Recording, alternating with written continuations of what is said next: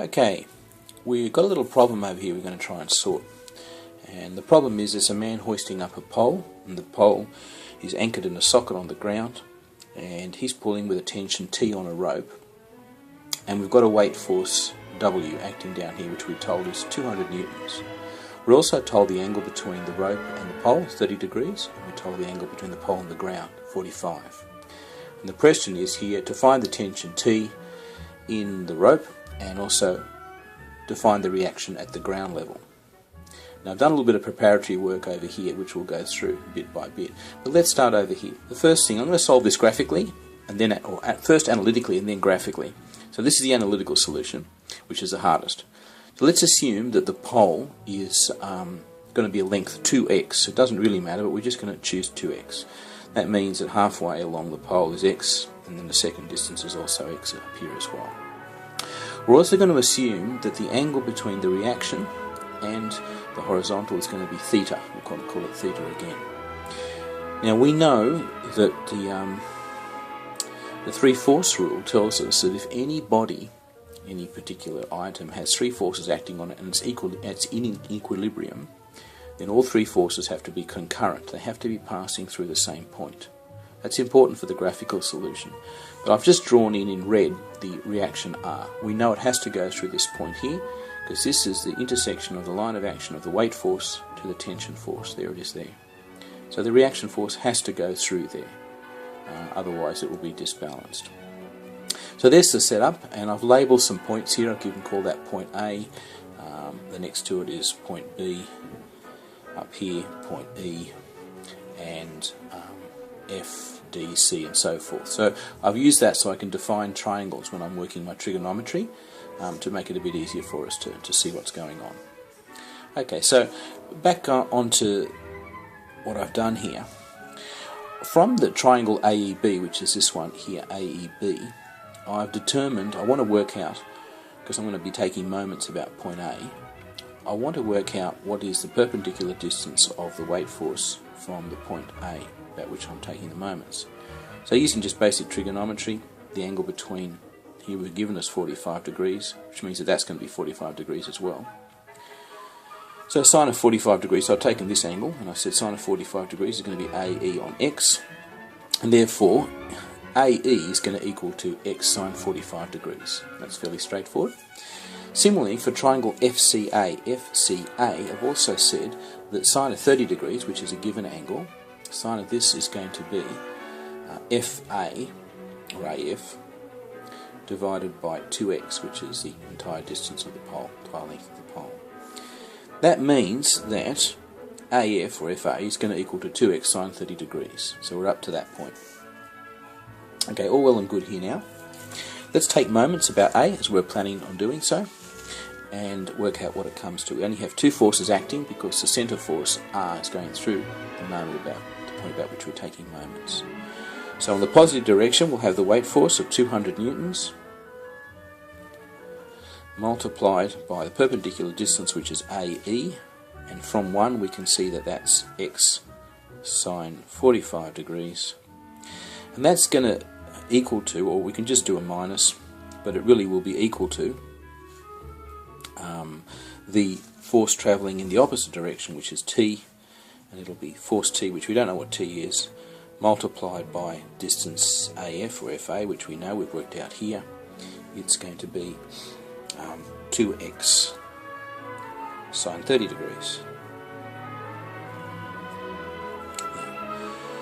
That much is true.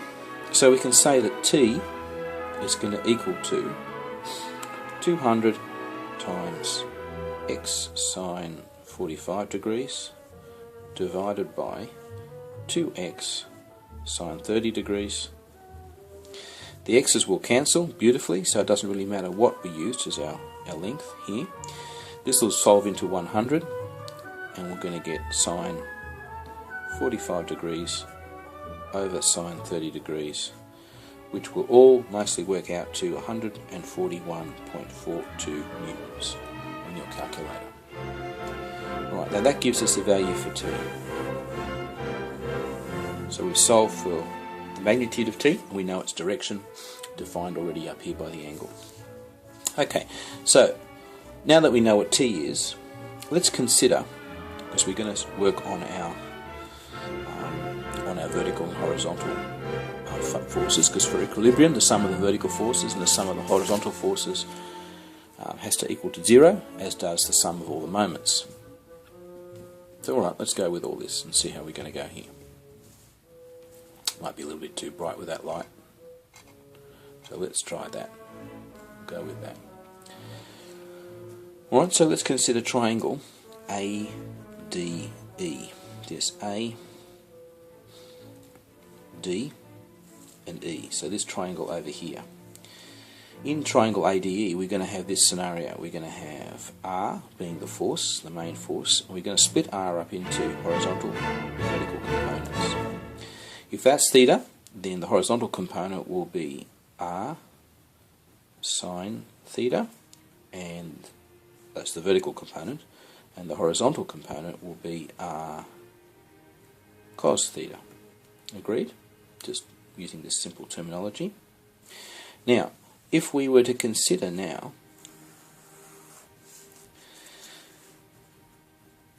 triangle GCF.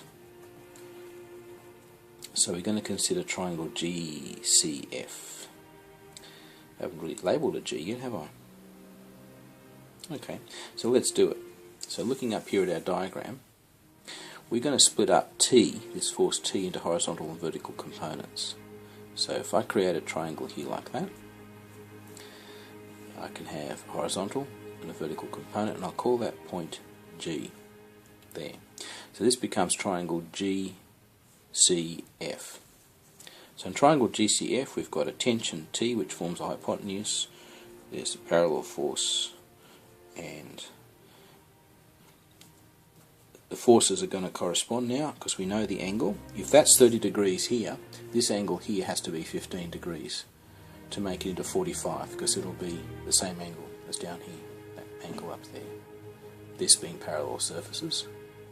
So that makes that angle, little angle in there, 15 degrees. So we've got a 15 degree angle in here. So the horizontal component becomes T cos of 15 degrees. And the vertical component here becomes T sine 15 degrees here. Okay, that all looks good. Now we can sum the horizontal and vertical forces. So let's start down here and do the sum of the horizontal and vertical forces. So sum of the vertical forces will make the up direction positive. We're going to see that the two forces that we have, that we're actually going to have three forces acting and three components. So because up's positive, let's start with the reaction force, this one here. This its vertical component, R sine theta. So we can say R sine theta minus T sine 15 degrees, because it's negative because it's going downwards. That's the downward vertical force of the tension over here. There. That's T sine 15 degrees, we worked it out over here. Minus 200 newtons, which is vertically down, that's the weight force, 200 newtons equals 0. Solving all that, we can say that R sine theta is going to equal to 141.42, because that was the value of T that we worked out up here, times sine 15 degrees plus 200 newtons. All of that solves out to 236.5 newtons. That's the sum of the vertical forces. Notice that it's expressed in terms of, I'm going to call it equation number 3. It's expressed in terms of R and sine theta, none of which we know. We don't know sine theta, we don't know R. But that's okay, because we're now going to do sum of the horizontal forces. We'll make to the right going positive. So we can say now, looking at the horizontal forces, that R cos theta, there it is there, that's the horizontal force from the reaction, r cos theta, minus t cos 15 degrees from the tension horizontal component is going to equal to 0. We don't have a force in the vertical because there's no horizontal force in that vertical weight force. So that all of that translates down to is that r cos theta, because we know the value of t from up here, r cos theta equals 136.6 newtons. We're going to call that equation 4. So 3 is up here, 4 is over there. I'm labelling them all because we're going to substitute one for the other into the other, and it makes it easy if we can call them by their names as we bring them in. So rather than call them Tom, Dick and Harry, we've got 1, 2, 3, 4. Probably would be easier calling them Tom, Dick and Harry. Alright, now if we divide equation 3 divided by equation 4, the beauty of this whole solution starts to pop out and it becomes really wonderful, and you can see why it didn't matter that we didn't know what theta was and that we didn't know the length of the pole. That was all fine. So dividing 3 by 4, we can say r sine theta, which is part of 3, divided by r cos theta, which is 4, equals 236, the resultant of divided by 136, well, I should have put the decimals in, 0.6, and that's a 0.5 there as well, is going to equal to, yeah, this is true, just dividing the 3 and 4 by each other, 3 and 4. The sine theta on cos theta is tan theta, and the r's will cancel out. So we get the result being that tan theta equals the difference between these two different items. I think it's 1.73. And therefore, theta, or theta as the Americans love to say it, is tan to the minus 1, the inverse tan, 1.73. That equals to 60 degrees, or near enough to. So we solved for the angle. That's the angle of the reaction, 60 degrees. So this angle theta here, now we've solved to be 60 degrees analytically. Now, from here it's very simple to work out what the magnitude of the reaction is. All we need to use is one of the reactions that we chose before, one of the formulas before. So let's choose Formula 1. So Formula 1's up here, remember that. We've got AE equals X sine 45 degrees. And, beg your pardon, now let's do something a bit easier than that. Let's find something here that is going to make it a bit more simple for us. Okay, here we go. If we look at this one over here, from reaction 3, so we'll go from equation 3, r sine theta equals 236.5 newtons. Now we know what theta is now, so we can say r equals 236.5 newtons, all divided by sine of 60 degrees, all of which means that r works out to be 273 newtons going upwards to the northeast 60 degrees. And that's the analytical solution. So we've solved the tension T, which we've been asked to do up here. We've solved for the magnitude of R, and we have its direction too, acting at 60 degrees upwards. So there's the graphical, sorry, beg your pardon, the analytical solution for this problem. Now the next thing would be to do the graphical solution, and when you see the graphical solution, I think you'll just be a lot happier about the whole thing, because it's so much easier to do. Now sometimes graphical solutions appear to be a little bit sort of more problematic or difficult, or they seem to be a bit more scary, but this is, the power of this is wonderful. So here's to restate the problem. We have a man pulling up a pole. There's his pole.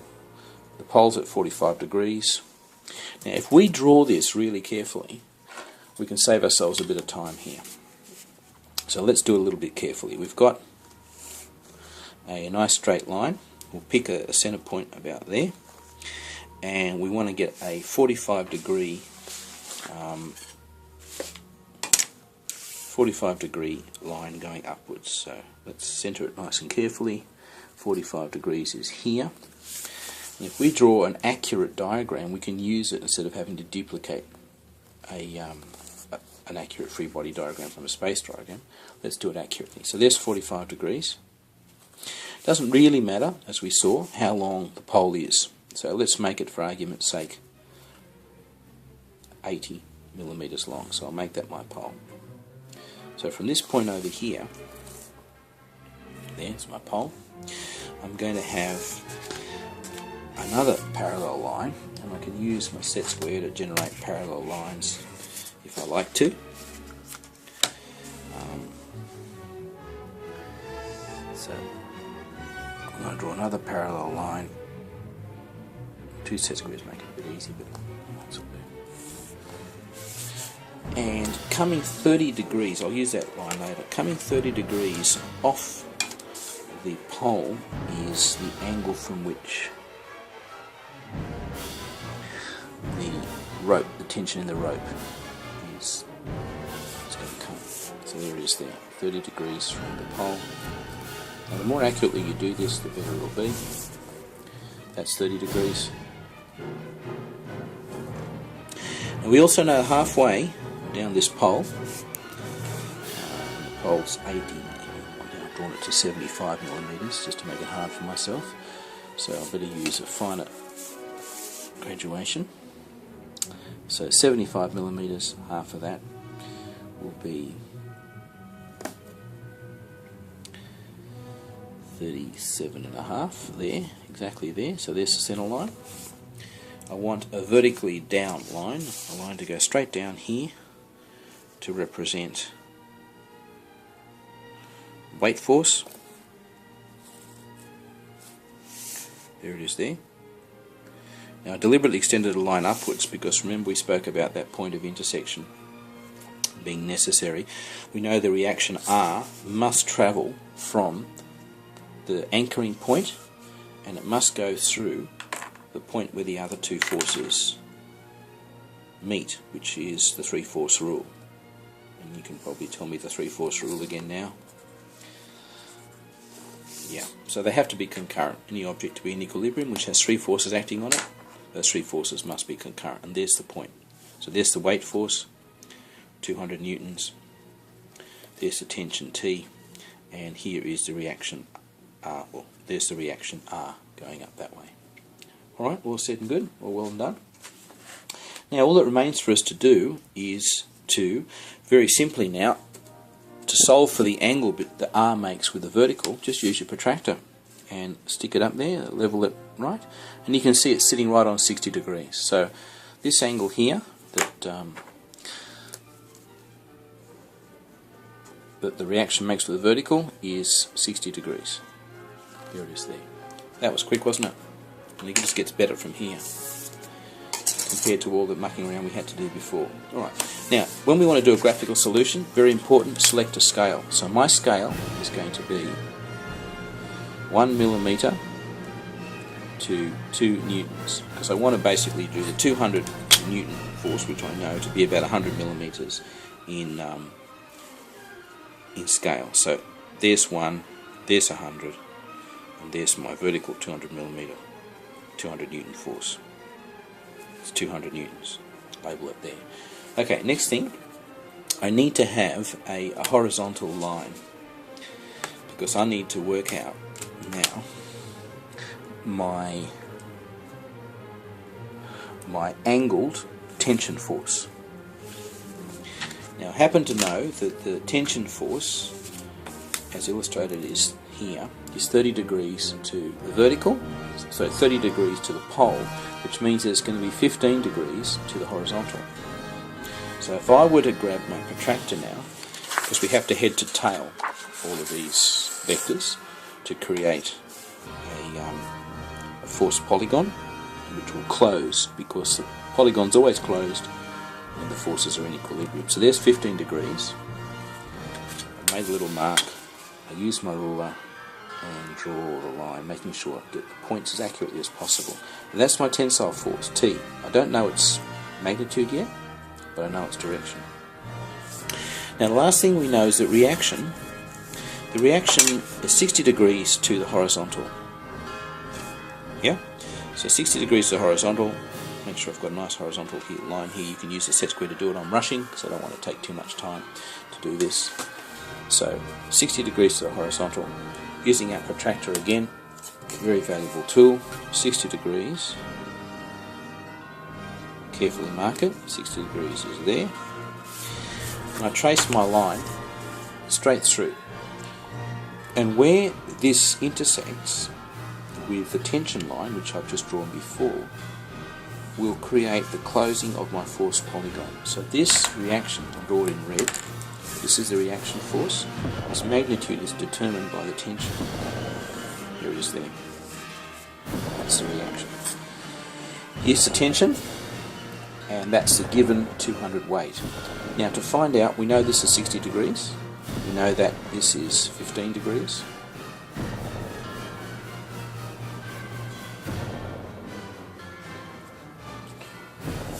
All that we need to do now is to measure, to find out the magnitudes of the forces.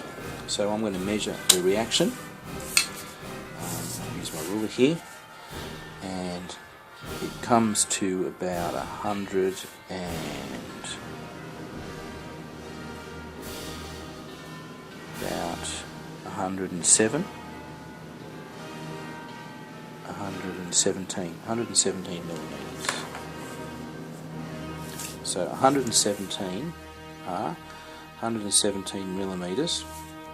Now remember, my scale is 1 millimeter to 2 newtons. So multiplying that by 2, it's 234 newtons.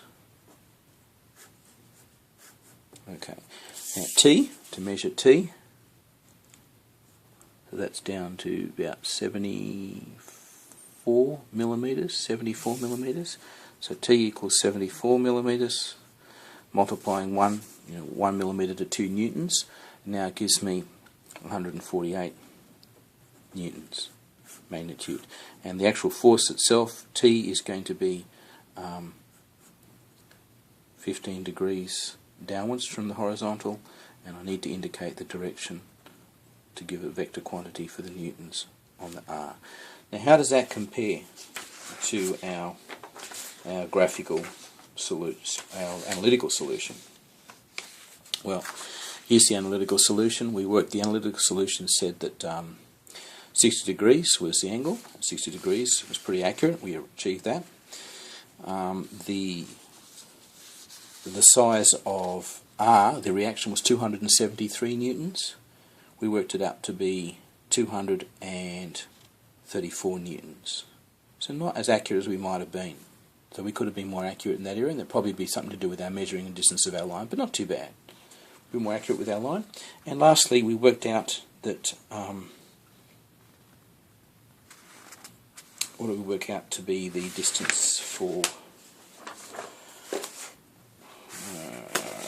what was the last thing for the T, the magnitude of the tension? We had T as 141 newtons. T, 141 newtons.